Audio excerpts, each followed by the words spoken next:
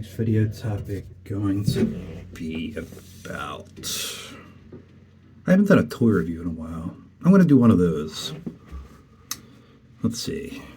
I could do one on this ring. I don't know what I can really get out of that. There is one here that I haven't done yet. It's red. And black and purple. Could do that one. Or, if I really want to torture myself,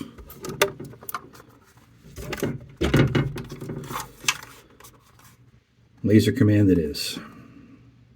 Hey everybody, it's Bill from Matt-Trakker.com, and welcome to this episode of Behind the Mask. It's been a while since I've done a toy review for something that wasn't CFCB or ramen related. And I wanted to get back to the roots of where we started to get some actual people subscribing to the channel. I hope that you'll find this toy review fascinating enough to where you'll click subscribe if you haven't done so already. I appreciate people reaching out to me with ideas for shows and topics and anything along those lines, and just sending me information that I might not have known about. So I appreciate that very much, whether it's in the comments or email or messenger. Thank you, and I look forward to more of your messages. Now,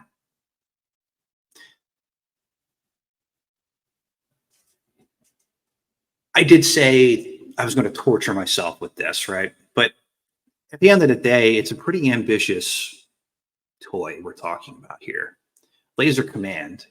And if you want to read more about the creator of this, there's a link right here. You'll see it come up on the screen, and then down in the description, you can read through the inventor. Like I did an interview with him and Ralph Baer. Very, very, very colorful person. Like he had a ton in his life, like just story after story, event after event. So it's worth a read, just to get into his head. In my opinion, it's a good companion piece to this episode. So now what I want to do is I want to bring the tool to life, so to speak, bring it into camera view, and I'll take a look at it with you. And well, hopefully I don't break it, because it costs a lot of money. And I'll get into that as we start talking about the toy itself. Now, what we have here is Hornet and Rat Fang. Hornet, Rat Fang. And here's somebody creeping in over here. And we'll talk about that in a second and why it's here. But just give it he'll be back, don't worry. And then we have Matt-Trakker here and Miles Mayhem with their masks. And as you can tell, these are direct repaints of other repaints that have occurred over time. And I like the choice of taking Miles's main uniform and doing it this way. It's a little odd that they kind of went with Trakker's Ultra Flash version and not a Spectrum version. But I guess because they did that with Jungle Challenge already, maybe they wanted to go a different route. Who knows? And hey, I just turned the light on. How about that? So now we got that going too. So let's get these two guys out of the way for now. And let's get these out of the way for now. Let's focus on the figures. And these figures have probably come up from different times on the channel. You might have seen them on some of the figure tier lists that Dave and I have done. There's going to be a couple different ways you're going to be able to see these figures in their entirety. I'm not going to go into great detail with them. As I just said, it's repaints of repaints, essentially. I really, actually, I don't remember where I placed him on my figure tier list, if he even made it on there yet. This one here, I think I might actually like this paint job better than the original. And that's sacrilegious, I know. But it's different. It looks menacing, whereas this looks like he's auditioning to be in the circus, essentially. So that's my take on the outfits here, uniforms. Masks the same. Not much going on there.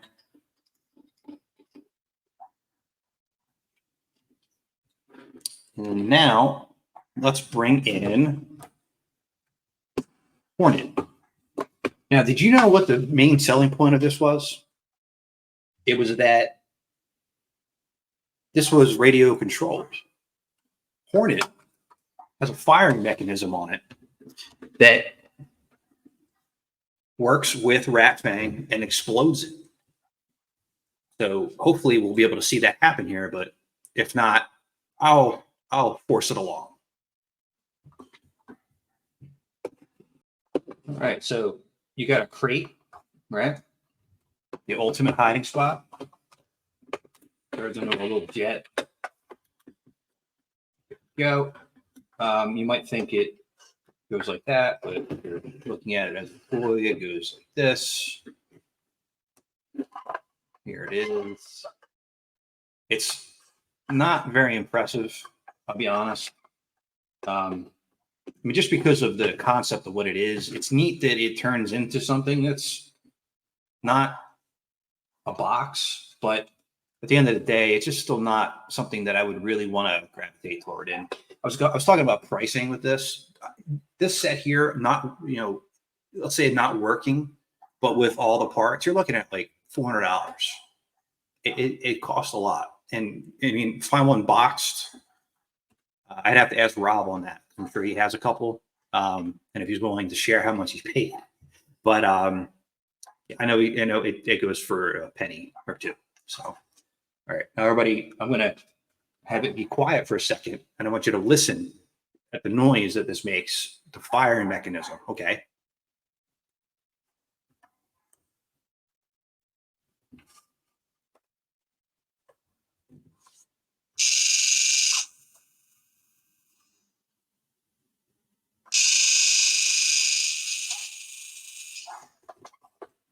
Oh, I set my dogs off.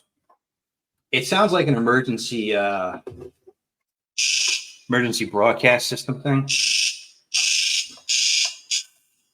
But see here, this is what I wanted to show you too.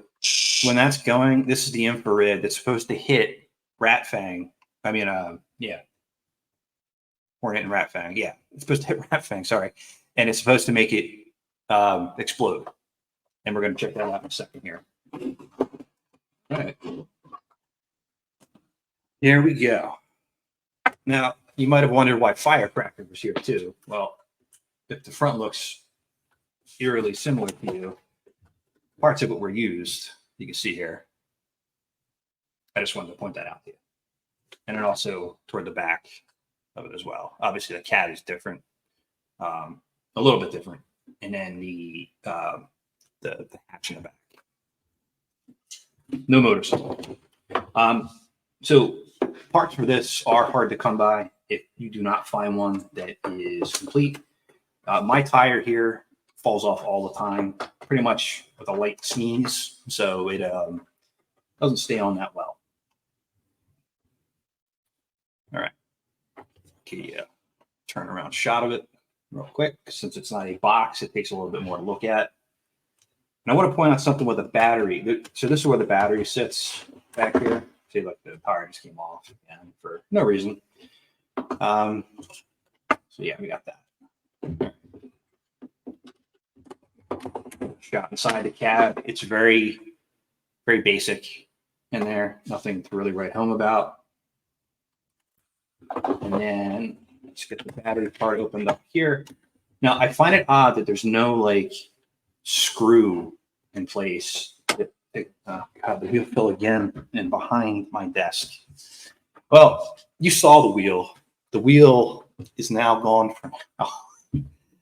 And I'll find it later. It'll be okay. There's no way to like protect this really. It's just there.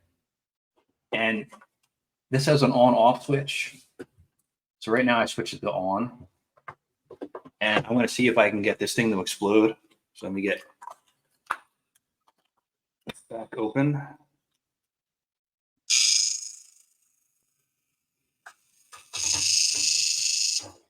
And it seems to like, if you target this up here, that's where it's supposed to kind of fire through.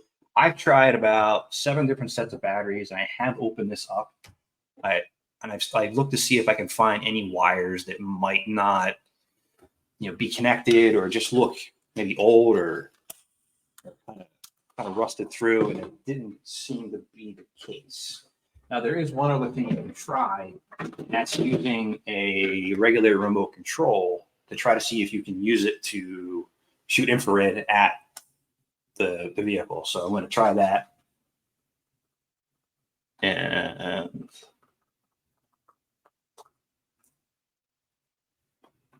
yeah, that's a little way of testing it. Like if you only had this and you wanted to test the mechanism, try using a remote control to see if it works with your batteries. It should. It's a good way to test it. All right, so I have no way to do that, so I'm going to break it myself. All right, so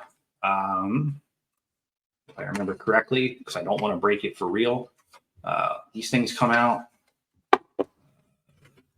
This door pops off. There was a way to have it start itself up here.